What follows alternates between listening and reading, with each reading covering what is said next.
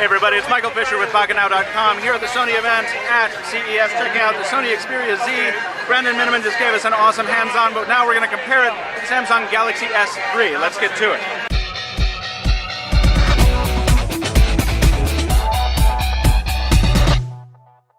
So just from a spec perspective, over here on the new Xperia, we're looking at a 5-inch HD display at 1080p versus a 4.8-inch Super AMOLED at 720p.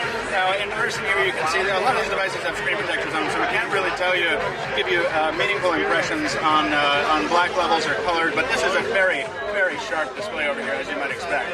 Beneath the hood, we're powered by a Qualcomm S4 Pro, backed up by 2 gigs of RAM, and that's running at 1.5 gigahertz. And our AT&T Galaxy S3 here is standing in for an international one, which is, of course, powered by the Exynos quad-core at the same speed. For the camera, 13-megapixel camera with Exmor RS and HDR videos. Now, Sony is really calling that out as a definitive feature. Galaxy S3 packs an 8-megapixel camera, which has none of that. No HDR video. Really excellent camera on the S3, but being edged out spec-wise, we'll have to see how they perform.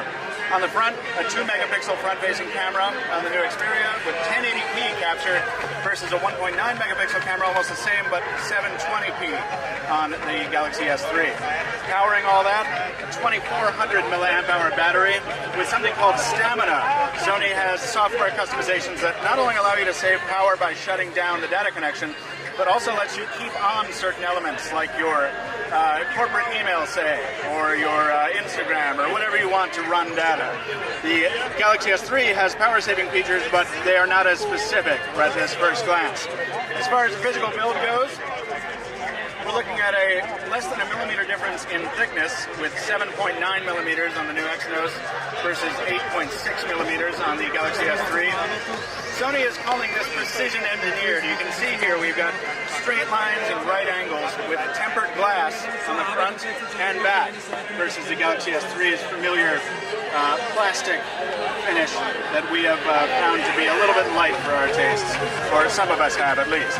Also, the Xperia Z is rocking a water-resistant and dust-resistant build, resistant and built to IP standard 55 and 57, not so on the more fragile Galaxy S3.